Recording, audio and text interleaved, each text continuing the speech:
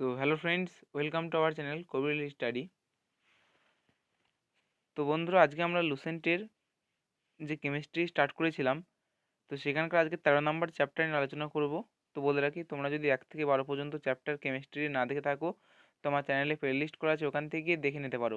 এছাড়া আমাদের সম্পূর্ণ লুসেন্টের ফিজিক্স কমপ্লিট হয়ে গেছে, আমার চ্যানেলে প্লে লিস্ট করা আছে, তোমরা ওখান থেকে গিয়ে দেখে নিতে পারো।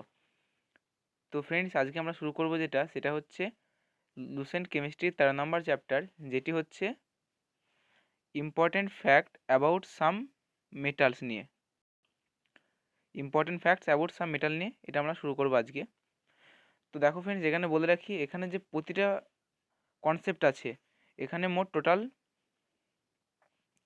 এখানে তোমাদের টোটাল 85টা ফ্যাক্ট দেওয়া আছে। ঠিক আছে, যেগুলো এমসিকিউ আকারে যদি প্রকাশ করো তোমাদের অনেক ফ্যাক্ট হয়ে যাবে। প্রতিটা ফ্যাক্টই খুব ইম্পর্টেন্ট, আমি বলবো এখানে অল ইম্পর্টেন্ট।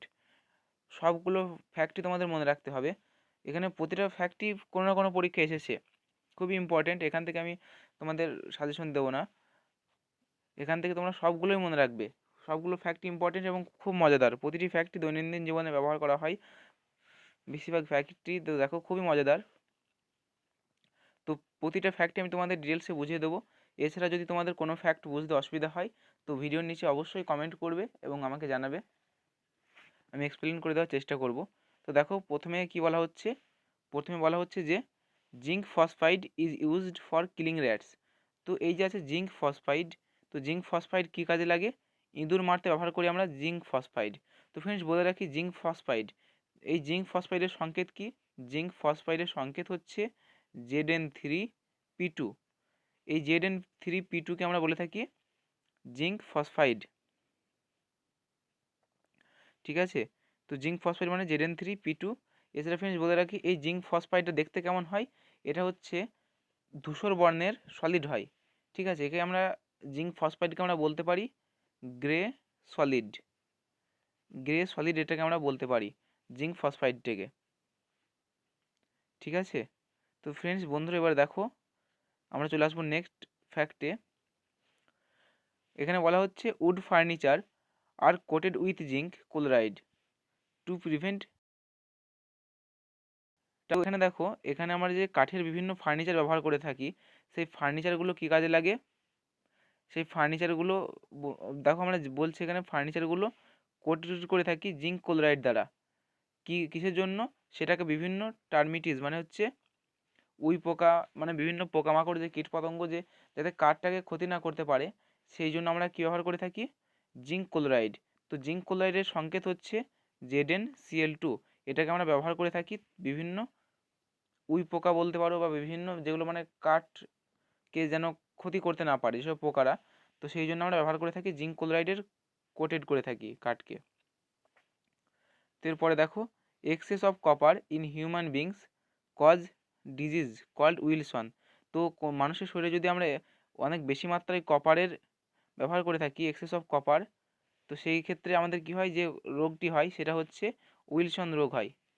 সেই রোগটিকে আমরা বলে থাকি উইলসন। তো নেক্সট দেখো, নেক্সট হচ্ছে galvanized iron is coated with zinc. তো গ্যালভানাইজড আয়রনে কী ব্যবহার করা হয়? গ্যালভানাইজড আয়রনে জিঙ্ক ব্যবহার করা থাকায় জিঙ্ক দ্বারা কোটেড করা হয়। তো ফ্রেন্ডস, গ্যালভানাইজেশন কি? গ্যালভানাইজেশন প্রসেস হচ্ছে, মনে করো কোনো একটা কাঁচা লোহা আছে, বা মনে করো লোহা, সেই লোহাটা তো মরচে পড়বে সাধারণত বাতাসের যে অক্সিজেনের সংস্পর্শে আসলে আমরা জানি লোহায় মরচে পড়ে। তো সেই লোহাটাকে মরচে পড়া থেকে রোধ করার জন্য গ্যালভানাইজেশন প্রক্রিয়া ব্যবহার করা হয়। তো এই গ্যালভানাইজেশন প্রক্রিয়ায় কী করা হয়? এই লোহাটার ওপরে জিঙ্কের একটা প্রলেপ দেওয়া হয়, যাতে এটা অক্সিজেনের সাথে রিয়াক্ট করতে না পারে, ফলে মরচে ধরা বন্ধ রোধ করার জন্য গ্যালভানাইজেশন করা হয়। তো ফের বন্ধুরা, ওখানে শুধু মনে রাখবে যে গ্যালভানাইজেশনটাকে রোধ করার জন্য এখানে আমরা জিঙ্কের কোট করে থাকি, জিঙ্ক দ্বারা কোটেড করে থাকি। চলে আসবো আমরা নেক্সট ফ্যাক্টে বলা হচ্ছে, দেখো, lasting of iron is a chemical change. তো এখানে লোহায় মরচে পড়া একটা হচ্ছে রাসায়নিক পরিবর্তন, এটা মনে রাখবে। লোহায় মরচে পড়া একটা রাসায়নিক পরিবর্তন, যদিও তোমাদের এটা আমি আগে করিয়েছি অক্সিডেশন এবং রিডাকশন চ্যাপ্টারে। Which increase the weight of iron. তো এখানে যেটা কি বলছে, যে এখানে ওজনটা বৃদ্ধি করে লোহার। তো বন্ধুরা, এই প্রশ্নটা তোমরা অনেক জায়গায় দেখতে হবে, যে লোহায় মরচে পড়লে তার ওজনের কি পরিবর্তন হয়? বৃদ্ধি পায়, হ্রাস পায়, একই থাকে, না উপরে কোনোটি নয়, এরকম অপশান মধ্যে প্রশ্ন থাকে। তো মনে রাখবে যে লোহায় মরচে পড়লে তার ওজন বেড়ে যায়। তো এখানে বেড়ে যাবে কীভাবে? ধরো লোহা আছে, লোহার উপরে মরচে পড়লো, তো এখানে কিন্তু মরচের সমেত ওজন করতে হবে লোহাটাকে, তো তার ফলে দেখবে ওজনটা বেড়ে যাবে। Increase the weight of iron. তো এরপর দেখো নেক্সট হচ্ছে calcium hydride is called hydrolith. তো আমরা হাইড্রোলিথ কাকে বলে থাকি? ক্যালসিয়াম হাইড্রাইডকে বলে থাকি। তো এখানে মনে রাখবে ক্যালসিয়াম হাইড্রাইড যে সংকেত হচ্ছে CaH2, এটাকে আমরা বলে থাকি ক্যালসিয়াম হাইড্রাইড। এই CaH2 হচ্ছে একটা পাউডার, কেমন? এটা হচ্ছে একটা গ্রে কালারের পাউডার। CaH2 বা ক্যালসিয়াম হাইড্রাইড হচ্ছে একটা গ্রে কালারের একটা পাউডার, এটা বলতে পারি। ঠিক আছে, তো ক্যালসিয়াম হাইড্রাইডকে আমরা বলে থাকি হাইড্রোলিথ। চলে আসবো আমরা নেক্সট ফ্যাক্টে। দেখো calcium hydride is use to prepare fire proof and water proof clothes. তো এই যে ফায়ার প্রুফ আর ওয়াটার প্রুফ কাপড় তৈরিতে ব্যবহার করা হয় ক্যালসিয়াম হাইড্রাইড। সরি। তো ফ্রেন্ডস এরপর দেখো, এরপর আছে ইন ফ্ল্যাশ বাল্ব। তো ফ্ল্যাশ বাল্ব মানে কোন বাল্বগুলো? ফ্ল্যাশ বাল্বগুলো সাধারণত আমাদের দেখবে বাড়িতে আগে ব্যবহার করা হতো, ঠিক এই ধরনের যে বাল্বটা হয়ে থাকে, এই 10-12 টাকা মতো দাম পড়তো আগে, এখন কত জানি না, ঠিক এরকম ধরনের যে বাল্বগুলো হয়ে থাকে এভাবে একটা ফিলামেন্ট দ্বারা যুক্ত থাকে। তো এই ধরনের যে বাল্বগুলো, তো এই ধরনের বাল্বগুলোকে আমরা সাধারণত বলে থাকি ফ্ল্যাশ বাল্ব। তো এই ধরনের ফ্ল্যাশ বাল্ব কী হচ্ছে দেখো, এখানে magnesium where is kept in atmosphere of nitrogen gas. তো এখানে যে ম্যাগনেসিয়াম তারটা থাকে সেটা আমরা নাইট্রোজেন গ্যাসের মধ্যে রাখা হয়। সাধারণত এই নাইট্রোজেন গ্যাসের অ্যাটমসফিয়ারের মধ্যে রাখা হয় ম্যাগনেসিয়াম ওয়্যারের তারটাকে ফ্ল্যাশ বাল্বের ক্ষেত্রে। তো এছাড়া দেখবে যেসব বিভিন্ন টিউব লাইট থাকে, তো টিউব লাইটের মধ্যে আবার কিন্তু সেখানে অর্গান গ্যাস ব্যবহৃত হয়। তো এরপর হচ্ছে titanium is called strategic metal because it is lighter than iron. তো এখানে দেখো টাইটানিয়ামকে কি বলছি আমরা? টাইটানিয়ামকে আমরা বলছি স্ট্র্যাটেজিক মেটাল, কারণ এটা লোহার থেকে হালকা হয়।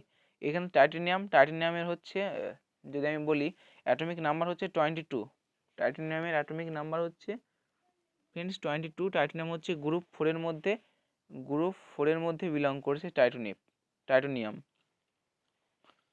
টাইটানিয়ামের সংকেত হচ্ছে Ti। তো এরপর দেখো নেক্সট আমরা দেখছি যে group first element are called alkali metal. তো এটা যদি আমি তোমাদের যখন পিরিয়ডিক টেবিল পড়েছিলাম তখন আমি বলেছি যে গ্রুপ ফার্স্ট এলিমেন্টকে বলা হয় অ্যালকালি মেটাল বা ক্ষার ধাতু বলা হয়। Because its hydroxide are alkaline, কারণ এর হাইড্রক্সাইডগুলো কেমন হয়? ক্ষারীয় হয়। দেখো ব্যাপারটা একটু পর বুঝিয়ে দিচ্ছি। Whereas group second element are called alkaline earth metal, আর অন্যদিকে গ্রুপ সেকেন্ডটাকে বলা হয় অ্যালকালাইন আর্থ মেটাল, মানে ক্ষারীয় মৃত্তিকা ধাতু বলা হয়। তো এখানে দেখো group first element are called alkali metal, মানে ক্ষার ধাতু কেন বলা হচ্ছে? গ্রুপ ফার্স্ট এলিমেন্ট, তো তার আগে বলে রাখি গ্রুপ ফার্স্ট এলিমেন্টের মধ্যে কী কী পড়ছে। গ্রুপ ফার্স্টের মধ্যে ধরা হয় hydrogen, lithium, sodium, potassium, rubidium, caesium, আর যদি তেজস্ক্রিয়তা দেখে সেখানে কিন্তু ফ্রান্সিয়াম পড়বে। যদি তেজস্ক্রিয়তার উপর ভিত্তি করে করো ফ্রান্সিয়ামটা ধরা হবে তাহলে। তো এখানে এগুলোই হাইড্রোজেনের মধ্যে পড়ে। তো এখানে হাইড্রোজেনকে দুষ্টু মৌল বলা হয়, এর অবস্থানটা নিয়ে বিতর্ক আছে, তাই হাইড্রোজেনটা বাদ দিলাম। তো এখানে গ্রুপ 1-এর মধ্যে যদি আমি ভালোভাবে ধরি lithium, sodium, potassium, rubidium, caesium, তো এগুলো হচ্ছে গ্রুপ ফার্স্ট। এগুলোকে আমরা কি বলবো? অ্যালকালি মেটাল বলবো, কারণ এরা কি তৈরি করে? এরা দেখো হাইড্রক্সাইড আর অ্যালকালাইন, কারণ এদের হাইড্রক্সাইডগুলো অ্যালকালাইন। তো দেখো আমি সাধারণত প্রথমে বোঝানোর জন্য সোডিয়াম নিলাম। এবার সোডিয়ামের সঙ্গে যদি আমি জলের বিক্রিয়া ঘটাই, H2O সোডিয়ামের সঙ্গে বিক্রিয়া ঘটালাম, তাহলে কি উৎপন্ন হবে? এখান থেকে উৎপন্ন হবে দেখো NaOH প্লাস H2। তো এখানে দেখো NaOH হচ্ছে একটা কি? NaOH হচ্ছে একটা তীব্র ক্ষার। তো এখানে দেখো তীব্র ক্ষার উৎপন্ন হচ্ছে, সুতরাং আমরা এটাকে বলতে পারবো যে এটা ক্ষার ধাতু বলা হয়। হাইড্রক্সাইড যৌগগুলির তীব্র ক্ষার ধর্ম থাকায় এদের ক্ষার ধাতু বলা হয়। তো আশা করছি বুঝতে পেরেছো। আর গ্রুপ সেকেন্ড এলিমেন্টকে কী বলে? অ্যালকালাইন আর্থ মেটাল বা ক্ষারীয় মৃত্তিকা ধাতু। তো সেকেন্ড এলিমেন্টের মধ্যে কী কী পড়ে আগে বলে দিই তোমাদের। এখানে পড়ে তোমাদের beryllium, magnesium, calcium, strontium, barium, radium. তো বন্ধুরা তোমরা পর্যায় সারণী মনে রাখার চেষ্টা করবে, কেমিস্ট্রির মধ্যে পর্যায় সারণী একটি খুবই গুরুত্বপূর্ণ চ্যাপ্টার। তো এরপরে দেখো ব্যাবিট মেটাল কন্টেইনস 89% টিন, 9% অ্যান্টিমনি আর 2% হচ্ছে কপার। তো এখানে ব্যাবিট মেটালে কী কী পাচ্ছে দেখো, ব্যাবিট মেটালের মধ্যে থাকছে 89% টিন। অনেক সময় ব্যাবিট মেটাল মানে টিন ধরা হয়, ব্যাবিট মেটাল অনেকেই টিন মনে করে। তো ব্যাবিট মেটাল হচ্ছে আসলে টিনের সাথে অ্যান্টিমনি আর কপারের সংকর ধাতুর নামই ব্যাবিট মেটাল। টিনের সাথে অ্যান্টিমনি আর কপারের সংকর ধাতুর নাম ব্যাবিট মেটাল। তো এরপর দেখো গান পাউডার। গান powder contain 75% potassium nitrate, 10% sulphur and 15% charcoal. তাই তো গান পাউডারটা ফ্রেন্ড ভালোভাবে মনে রাখবে। গান পাউডারের মধ্যে কি কি থাকে, পটাশিয়াম নাইট্রেট এর মানে হচ্ছে K2NO3 ধরা হয় সাধারণত পটাশিয়াম নাইট্রেটকে। গান পাউডারের মধ্যে থাকে পটাশিয়াম নাইট্রেট থাকে সব থেকে বেশি 75%, 10% সালফার আর 15% চারকোল। তো নেক্সট দেখো, নেক্সট হচ্ছে chromium trioxide is known as chromic acid. তো ক্রোমিক অ্যাসিড কাকে বলা হয়, ক্রোমিয়াম ট্রাইঅক্সাইডকে বলা হয় chromic acid. Chromium trioxide Cr2O3 এটাকে বলা হয় ক্রোমিয়াম ট্রাইঅক্সাইড। নেক্সট দেখো nichrome wire is used in electrical heater. তো ইলেকট্রিক্যাল হিটারে কী ব্যবহার করা হয়, নাইক্রোম তার ব্যবহার করা হয়, যার মধ্যে কী কী থাকে, নিকেল, ক্রোমিয়াম আর আয়রন। এরপর দেখো পটাশিয়াম কার্বনেট। পটাশিয়াম কার্বনেটের সংকেত কি, K2CO3 is known as pearl gas. Pearl gas নামে পরিচিত কি, পটাশিয়াম কার্বনেট। চলে আসবো নেক্সট, জেনারেলি ট্রানজিশন মেটাল। তো ফ্রেন্ডস ট্রানজিশন মেটাল অনেকেই আছে, যেমন লোহা, নিকেল, কোবাল্ট, জিঙ্ক, এগুলো সবই হচ্ছে transition metal. Copper and their compound are coloured. তো এই ট্রানজিশন মেটাল যেগুলো আছে এগুলোর কি হচ্ছে, তাদের কম্পাউন্ডগুলো কালারফুল হবে। তো ফ্রেন্ডস চলে আসবো নেক্সট, দেখে নেওয়া যাক। দেখো zeolite is use to remove hardness of water. Zeolite কী কাজে লাগে, জলের যে হার্ডনেস সেটাকে রিমুভ করতে কাজে লাগে। তো জিওলাইট কি, তো জিওলাইট হচ্ছে এক ধরনের ক্রিস্টালাইন সলিড আমরা বলতে পারি, যেটা স্ট্রাকচার সাধারণত তৈরি হয়, জিওলাইটের স্ট্রাকচার তৈরি হয় সিলিকন, অ্যালুমিনিয়াম এবং অক্সিজেন দিয়ে। জিওলাইট এটা হচ্ছে অ্যাকচুয়ালি একটা ক্রিস্টালাইন সলিড জিওলাইট। এটা জলের হার্ডনেস অফ ওয়াটার রিমুভ করতে ব্যবহৃত হয়। তো এরপর দেখো in cytochrome iron is present in cytochrome. তো সাইটোক্রোমের মধ্যে কি থাকে, আয়রন থাকে। সাইটোক্রোমের মধ্যে আয়রন থাকে। তো সাইটোক্রোমটা কেমন হয় ফ্রেন্ডস, সাইটোক্রোমটা অনেকটা হয় তোমার ডিএনএর মতো, ঠিক এরকম প্যাঁচানো প্যাঁচানো হয় সাইটোক্রোম। তোমরা গুগলে সার্চ করলে তোমরা দেখতে পাবে সাইটোক্রোমটা। নেক্সট দেখো সিলেনিয়াম। সিলেনিয়াম কি, selenium metal is used in photoelectric cell. Photoelectric cell মানে এখানে সেলেনিয়াম ধাতু ব্যবহার করা হয়, ফটোইলেকট্রিক সেল মানে আলোক তড়িৎ সেলের ব্যবহার করা হয়। তো এটা হচ্ছে সেলেনিয়াম ধাতুটা নিচে রাখা হলো এবং তার উপরে যদি সূর্যরশ্মি পড়ে ফটোইলেকট্রিক সেল মানে, এবং সেখান থেকে কী হবে, তড়িৎ উৎপন্ন হবে। তো এখানে সেলেনিয়াম ধাতু ব্যবহার করা হয়। এরপর দেখো gallium metal is liquid at room temperature. তো গ্যালিয়াম আছে, এছাড়া সিজিয়াম আছে, মার্কারি আছে, এগুলোও কিন্তু রুম টেম্পারেচারে লিকুইড হয়। নেক্সট দেখো palladium metal used in aeroplane. তো এরোপ্লেনের মধ্যে কী ধাতু ব্যবহার করা হয়, প্যালাডিয়াম ধাতু ব্যবহার করা হয়। নেক্সট দেখো radium is extracted from pitchblende. তো পিচ ব্লেড থেকে কি হয় দেখো, রেডিয়াম কোথা থেকে পাওয়া গিয়েছিল, রেডিয়াম পাওয়া গিয়েছিল পিচ ব্লেড থেকে, পিচ ব্লেড থেকে পাওয়া গিয়েছিল। তো বন্ধুরা এখানে মনে রাখবে পিচ ব্লেডটা কি, পিচ ব্লেড হচ্ছে একটা ইউরেনিয়ামের একটা আকরিক, যাকে আমরা পিচ ব্লেড বলে থাকি। এই পিচ ব্লেডের সংকেত হচ্ছে U3O8। এটা হচ্ছে পিচ ব্লেডের সংকেত। পিচ ব্লেড হচ্ছে ইউরেনিয়ামের আকরিক, এখান থেকে রেডিয়াম পাওয়া গিয়েছিল। চলে আসবে দেখো next, world Eiffel tower has steel and cement base. World Eiffel tower কী দিয়ে তৈরি হয়, স্টিল এবং সিমেন্ট দিয়ে তৈরি হচ্ছে আইফেল টাওয়ার। তো এখানে দেখো আইফেল টাওয়ার কোথায় অবস্থিত, আইফেল টাওয়ার হচ্ছে ফ্রান্সের প্যারিসে অবস্থিত। তারপর নেক্সট দেখো অ্যাক্টিনয়েড আর রেডিও অ্যাক্টিভ এলিমেন্ট। অ্যাক্টিনয়েড হচ্ছে একটা শাড়ির নাম বলতে পারো তোমরা, অ্যাক্টিনয়েড শাড়ি। অ্যাক্টিনয়েড শাড়ি সাধারণত পরে 90 থেকে 103 যাদের পারমাণবিক সংখ্যা সেখানে পড়ে অ্যাক্টিনয়েড সারি, যেমন সেখানে পড়ছে থোরিয়াম, তারপর P A, U, N P, P U, A M, B K, C F, এগুলো ফ্রেন্ডস সবই হচ্ছে অ্যাক্টিনয়েড সারি, তোমরা বলতে পারো অ্যাক্টিনয়েড সারির এলিমেন্ট। তো নেক্সট দেখো, cadmium rod is used in nuclear reactor. Cadmium rod কিসে ব্যবহার করা হয়? নিউক্লিয়ার রিঅ্যাক্টরে ব্যবহার করা হয় to slow down the speed of neutron. নিউট্রনের স্পিডটাকে স্লো ডাউন করার জন্য ক্যাডমিয়াম রড ব্যবহার করা হয়। এছাড়া দেখো D2O ভারী জলও ইউজ করা হয় নিউক্লিয়ার রিঅ্যাক্টরে স্লো ডাউন করতে। তো এবার দেখো সোডিয়াম পারঅক্সাইড। সোডিয়াম পারঅক্সাইড কী কাজে লাগে? Sodium peroxide is used in submarine and also two purify closed air hospital. Closed in air in hospital. তো এখানে দেখো সোডিয়াম পারঅক্সাইড সাবমেরিনে ব্যবহৃত হয়। তো সোডিয়াম পারঅক্সাইডের সংকেত কি? সোডিয়াম পারঅক্সাইডের সংকেত হচ্ছে Na2O2, এটা হচ্ছে সোডিয়াম পারঅক্সাইডের সংকেত। নেক্সট দেখো কোবাল্ট-60, এটা আমরা সকলেই জানি। কোবাল্ট-60 কী কাজে লাগে? Cobalt sixty is used in cancer treatment. Cancer treatment ক্ষেত্রে কোবাল্ট-60 ব্যবহার করা হয়।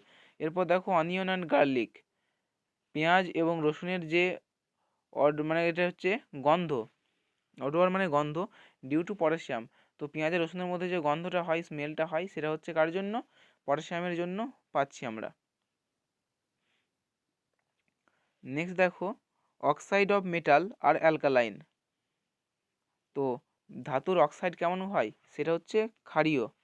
Silver and copper are the best conductor of electricity, এটা আমরা সকলেই জানি। Gold and silver are the most malleable metal. Gold আর সিলভার হচ্ছে most malleable metal. Friends, malleable মানে হচ্ছে নমনীয়। গোল্ড আর সিলভার হচ্ছে খুবই নমনীয় মেটাল, এগুলো যেমন খুশি তোমরা তেমন করতে পারো, মানে একটু হিট প্রয়োগ করে। খুব নমনীয় এরা গোল্ড সিলভার। এরপর দেখো mercury and iron produce more resistance in comparison to other during the flow of electricity. তো অন্যান্য ধাতুর তুলনায় এই যে পারদ আর লোহা, এরা কি করে? অনেক বেশি রেজিস্ট করে, রোধ সৃষ্টি করে, তাদের মধ্যে দিয়ে ইলেকট্রিসিটি ফ্লো করাতে অনেক বেশি রোধ সৃষ্টি করে মার্কারি আর আয়রন। এরা তুলনামূলক ব্যাড কন্ডাক্টর আমরা বলতে পারি। তো এরপর দেখো lithium is the lightest and most reductant element. Lithium হচ্ছে সব থেকে বেশি কি হালকা মৌল এবং মোস্ট রিডাক্টেন্ট। তো রিডাক্টেন্ট মানে কি? তোমাদের আমি যখন জারণ বিতরণ করেছিলাম, অক্সিডেশন অ্যান্ড রিডাকশন যখন করেছিলাম, তখন আমি বলেছিলাম রিডাক্টেন্ট এলিমেন্ট বা রিডিউসিং এলিমেন্ট বলেছিলাম। রিডাক্টেন্ট মানে কি? যাদের ইলেকট্রন, মানে ইলেকট্রন ডোনেট করার ক্ষমতা যাদের প্রবণতা বেশি, তাদের বলা হয় রিডাক্টেন্ট এলিমেন্ট। তো লিথিয়ামের কি? লিথিয়ামের অ্যাটমিক নাম্বার হচ্ছে 3। তো এর সুস্থিতি পাওয়ার জন্য একটা ইলেকট্রন বাইরে বের করে দিতে পারে তার নিকটতম নিষ্ক্রিয় মৌল হিলিয়ামের কাছে আসার জন্য এই অবস্থায়। তাই এটা হচ্ছে মোস্ট রিডাক্টেন্ট এলিমেন্ট আমরা বলতে পারি। নেক্সট দেখো in fireworks crimson red colour is due to presence of strontium. তো আমরা জানি যে আগুন জ্বালানোর সময় এরকম যে রেড কালার হয়, রেড কালার সৃষ্টি হয় আগুন জ্বালার সময় কোনো কাঠের, বিশেষ করে আগুনের দেখা যায়। তো এটা কার জন্য হয়? এটা হচ্ছে স্ট্রনসিয়ামের জন্য হচ্ছে। নেক্সট দেখো green colour is due to presence of barium in fireworks. আর যে আগুনের যে গ্রিন কালারটা হচ্ছে, সেটা হচ্ছে বেরিয়ামের জন্য। তো এরপর দেখো barium sulphate is used in X ray of abdomen as barium meal. তো বেরিয়াম সালফেট কী কাজে ব্যবহার করা হচ্ছে? এক্স রে করা হচ্ছে অ্যাবডোমেন অ্যাজ বেরিয়াম মিল। তো অ্যাবডোমেন মানে হচ্ছে উদর বা পেটকে আমরা অ্যাবডোমেন বলে থাকি। তো এরপর হচ্ছে বেরিয়াম সালফেট, সরি এটা বললাম। এবার দেখো barium hydroxide is known as water. Baryta water কাকে বলা হয়? বেরিয়াম হাইড্রক্সাইড বলা হয় বার ইয়াটা ওয়াটার। তো এরপর দেখো next osmium is the heaviest metal and platinum is the hardest. সব থেকে হেভিস্ট মেটালের নাম হচ্ছে অসমিয়াম এবং সব থেকে হার্ডেস্ট মেটালের নাম হচ্ছে প্লাটিনাম। তো বন্ধুরা নেক্সট দেখো যে zinc oxide is known as flower of zinc. এছাড়া মনে রাখবে জিঙ্ক অক্সাইডকে দার্শনিকের রুল বলা হয়। দার্শনিকের রুল কাকে বলা? অনেকবার এসেছে দার্শনিকের, লিখতে খুব অসুবিধা হচ্ছে, দার্শনিকের উল বলা হয়। কোন রকম মনে রাখবে যাক, এখানে বলা হয় দার্শনিকের উল বলা হয় জিঙ্ক অক্সাইডকে। এরপর দেখো it is also known as Chinese white and used as white paint. এটা হোয়াইট পেইন্ট হিসেবে ইউজ করা হয়।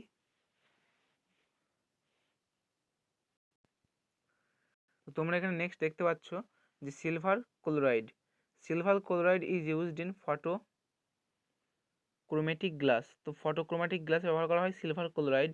এরপরে দেখো next silver iodide is used in artificial rain. তো কৃত্রিমভাবে বৃষ্টিপাত ঘটানোর জন্য সিলভার আয়োডাইড ব্যবহার করা হয়। নেক্সট দেখো silver nitrate is used as maker during election.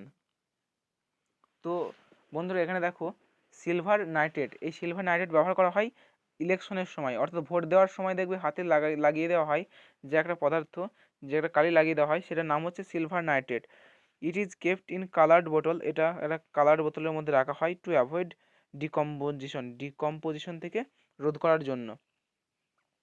তো বন্ধুরা দেখো এভাবে প্রতিটা ধরে ধরে বলা হচ্ছে বলে তোমাদের টাইমটা লেগে যাচ্ছে প্রতিটা এক্সপ্লেন করতে। তো একটু ধৈর্য ধরে তোমাদের ভিডিওগুলি দেখতে হবে।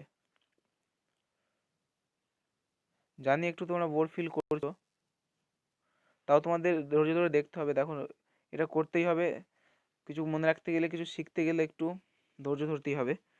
তো এবার দেখো silver spoon is not used in egg food. তো এখানে দেখো সিলভার স্পুন, এই যে সিলভারের চামচ ব্যবহার করা হয় না এই ডিমের সাথে। কারণ কি? কারণ এটা অনেক পয়জনাস কিছু বিষক্রিয়া ঘটায়। ইট ফর্মস ব্ল্যাক সিলভার সালফেট, এটা ব্ল্যাক সিলভার সালফেট এবং এটা পয়জনাস ঘটায়, তার জন্য আমরা সিলভারের চামচ ব্যবহার করি না। এরপর দেখো to harden the gold copper is mixed, pure gold is 24 carat. তো এখানে 24 ক্যারেট মানে কি? এটা ক্যারেট মানে হচ্ছে বন্ধুরা এটা মনে রাখবে, এটা হচ্ছে ওয়েটের একক। ওয়েটের একককে গোল্ডের ক্ষেত্রে বলো বা প্লাটিনামের ক্ষেত্রে বলো, সেগুলো প্রকাশ করার জন্য ক্যারেট একক ইউজ করা হয়। তো নেক্সট দেখো আয়রন পাইরাইটস। আয়রন পাইরাইটস যে সংকেত হচ্ছে Fe2, এটা কি বলা হয়? একে বলা হয় ফুলস গোল্ড। নেক্সট দেখো mercury is kept in iron pot because it does not from amalgam with iron. তো অ্যামালগাম কি তোমাদের আমি আগেই মেটালারি চ্যাপ্টারে বলে দিলাম যে আয়রনের সাথে অন্যান্য কম্পাউন্ডের মানে যার একটা কম্পোনেন্ট মার্কারি থাকবে এবং অন্য ধাতুর সাথে থাকবে, তো সেই একটা কম্পাউন্ড মার্কারি থাকলেই তাকে আমরা বলে থাকি অ্যামালগাম, যেটা আমি তোমাদের আগের ভিডিওতে বলেছি অ্যামালগাম নিয়ে। এরপর দেখো in tubelight there is the vapour of mercury and argon. তো টিউবলাইটে কী থাকে? ভেপার অ্যান্ড মার্কারি অর্গান থাকে। মেনলি অর্গান গ্যাসটা ব্যবহার করা হয় টিউবলাইটের ক্ষেত্রে। এরপর দেখো tetraethyl lead is used as anti knocking compound. তো নকিং কাকে বলে আমি তোমাদের পড়িয়েছিলাম, ফিউল চ্যাপ্টারে পড়েছিলাম নকিং কাকে বলে, এবং সেখানে যে নকিংয়ের যে কমানো, অ্যান্টি নকিং মানে কি? নকিং যে আওয়াজটা হচ্ছে, যে খটখট খটখট আওয়াজ হয় কোনো একটা যানবাহন চলার সময়, সেই আওয়াজটা কম করার জন্য সেখানে কী ব্যবহার করা হয়? অ্যান্টি নকিং হিসাবে টেট্রাইথাইল লেড ব্যবহার করা হয়। খুব ইম্পর্টেন্ট ফ্রেন্ডস, এই যে টেট্রাইথাইল লেড, এটা মনে রাখবে, এটা অ্যান্টি নকিং কম্পাউন্ড হিসাবে কাজ করে টেট্রাইথাইল লেড। তো নেক্সট দেখো lead pipe is not used for drinking water. Lead pipe আমরা ব্যবহার করি না ড্রিঙ্কিং ওয়াটারের ক্ষেত্রে, খাবার জলের, কারণ ইট ফর্মস পয়জনাস লেড হাইড্রক্সাইড, কারণ এটা কি তৈরি করে? পয়জনাস লেড হাইড্রক্সাইড তৈরি করে। এবার দেখো fuse wire is made up lead and tin. তো ফ্রেন্ড মোস্ট ইম্পর্টেন্ট, এগুলো সবগুলোই ইম্পর্টেন্ট, প্রতিটা ফ্যাক্টই ইম্পর্টেন্ট। একটু ধৈর্য ধরে তোমাদের ভিডিওটা দেখতে হবে, একটু বোর লাগলেও ভিডিওটা দেখতে হবে, নাম্বার পেতে গেলে পরীক্ষায় ক্র্যাক করার জন্য একটু কষ্ট করতেই হবে। তো দেখো fuse wire is made up lead and টিনের মোস্ট ইম্পর্টেন্ট এটাও, যে ফিউজ তার কী দিয়ে তৈরি হয়? লেড অ্যান্ড টিন, বহুবার দেখেছি। তো ফ্রেন্ড ভিডিওটি এত অবধি ছিল। এখানে আমি টোটাল 50টা ফ্যাক্ট নিয়ে আলোচনা করলাম। এই চ্যাপ্টারে তোমাদের টোটাল 85টা মতো ফ্যাক্ট আছে। তো বাকি ফ্যাক্টগুলো আমি নেক্সট ভিডিওতে আলোচনা করব, পার্ট 2 ভিডিওতে। তো ভিডিওটি ভালো লাগলে অবশ্যই লাইক করবে। ধন্যবাদ।